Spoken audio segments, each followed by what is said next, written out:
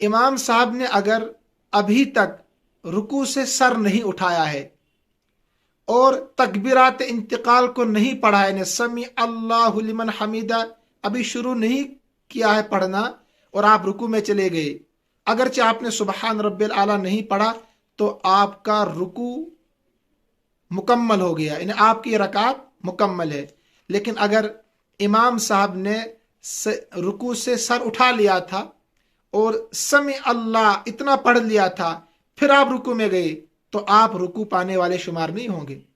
اگرچہ آپ 3 مرتبہ سبحان رب العظیم پڑھ لیں گے، لیکن آپ کا رکوع مکمل نہیں ہو سکتا ہے، تو یہ خیال رکھنا ہے۔ تو قیام کی مقدار کم سے کم یہی ہے کہ آپ اللہ اکبر کہہ کر ہاتھ باندھیں، اس کے بعد دوسری تکبیر انتقال کہہ کر آپ رکوع میں چلے جائیں، یہ سنت کے مطابق ہے۔ لیکن اگر آپ نے کم سے کم کھڑے ہو کر اللہ اکبر کہا پھر آپ رکوع میں چلے گئے، تب بھی آپ کو رکوع ملے گا، لیکن پہلا طریقہ سنت کے مطابق ہے۔ اس کے بعد دوسری غلطی جو ہم کرتے ہیں وہ یہ ہے کہ رکوع کرنے کے بعد دوسری رکعت میں جب ہم شامل ہوتے ہیں تو یہ مسئلہ ذہن میں رکھنا چاہیے، چاہے امام ہو، چاہے مقتدی ہو، چاہے مرد ہو، چاہے عورت ہو، شروع میں یعنی سبحانک اللہ تکبیر تحریمہ کے بعد سبحانک اللہم مکمل پڑھنا، اس کے بعد تعوذ یعنی اعوذ باللہ من الشیطان الرجیم مکمل پڑھنا، اس کے بعد تسمیہ بسم اللہ الرحمن الرحیم مکمل پڑھنا، سورہ فاتحہ سے پہلے پہلے،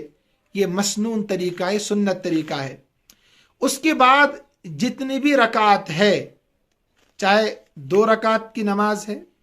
چاہے 3 ہے مغرب کی، چاہے ظہر 4 رکعت ہے، اس کے بعد کسی بھی رکعت میں سورہ فاتحہ سے پہلے نہ تو آپ کو ثنا پڑھنا ہے اور نہ اعوذ باللہ پڑھنا ہے، صرف پہلی رکعت کے بعد آخر کی 3 رکعتیں ہیں یا 2 رکعتیں ہیں، ان سب رکعتوں میں سورہ فاتحہ سے پہلے صرف بسم اللہ الرحمن الرحیم پڑھنا سنت ہے، اعوذ باللہ پڑھنا سنت نہیں ہے۔ یہ غلطی بھی ہم عام طور پر کرتے ہیں، دیکھا گیا، پوچھا گیا، لوگ مسائل پوچھتے ہیں تو وہ پہلی رکعت کے بعد بھی سورہ فاتحہ سے پہلے اعوذ باللہ اور بسم اللہ پڑھتے ہیں، بعض لوگ ثنا بھی پڑھتے ہیں۔ تو صرف پہلی رکعت میں ثنا، تعوذ اور تسمیہ ہوگا، اس کے بعد آخر کی جتنے رکعتیں ہیں، چاہے امام ہے، چاہے منفرد ہے، چاہے مرد ہے، چاہے عورت ہے، اس کے بعد تمام رکعتوں میں صرف بسم اللہ الرحمن الرحیم سورہ فاتحہ سے پہلے پڑھنا سنت ہے۔ ایک مسئلہ یہ بھی ہے کہ جب ہم تشہد میں ہوتے ہیں، یعنی تشہد پہلا والا قاعدہ اولا جس کو کہتے ہیں، یعنی اگر 4 رکعت نماز ہے تو اس میں 2 قاعدے آتے ہیں، تو پہلے والے قاعدے کو قاعدہ اولا کہتے ہیں، دوسرے کو قاعدہ آخر والا کہتے ہیں۔ تو آخر والا جو قاعدہ ہے اس کی بات نہیں کر رہا ہوں میں، پہلے والے قاعدے کی بات کر رہا ہوں۔ 4 رکعت نماز میں یا 3 میں، تو پہلے والے قاعدے میں جب آپ تشہد پڑھتے ہیں، التحیات للہ جب پورا آپ پڑھتے ہیں، اس کے بعد آپ کو کھڑا ہونا قیام کی طرف، قیام فرض ہے، تو تشہد پورا پڑھنے کے بعد اگر آپ اتنی دیر رکتے ہیں، جتنی دیر میں آپ کم سے کم اللہم صلی علی محمد پڑھ سکتے ہوں، یعنی التحیات پورا پڑھ لیا آپ نے، اشہد ان محمدن عبدہ ورسولہ، پھر آپ ٹھہر گئے، خاموش رہے اتنی دیر، یا آپ نے اللہم صلی علی محمد تک پڑھ لیا، تو سجدے سے واجب ہو جاتا ہے، سجدے سہو کرنا واجب ہے۔ اگر سجدے سہو آپ نے نہیں کیا تو آپ کی نماز مکمل نہیں ہوگی۔ وقت کے اندر ایسی نماز کا اعادہ کرنا ضروری ہے، اور وقت کے بعد اعادہ نہیں کر سکتے۔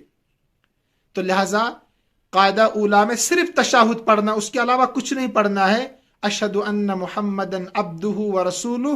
پڑھنے کے بعد آپ کو سیدھا کھڑا ہو جانا ہے فرض کی طرف۔ اگر تاخیر ہو گئی تو اب آپ کو سجدہ سہو کرنا ضروری ہے، اگر سجدہ سہو نہیں کیا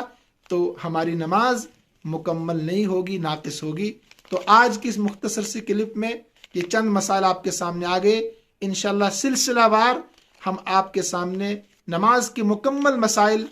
لانے کی کوشش کریں گے. آپ اپنے تک محدود نہ رکھیں تاکہ دوسرے لوگوں کی بھی نماز مکمل ہو جائے. تو الدال علی الخیر کفاعلہ،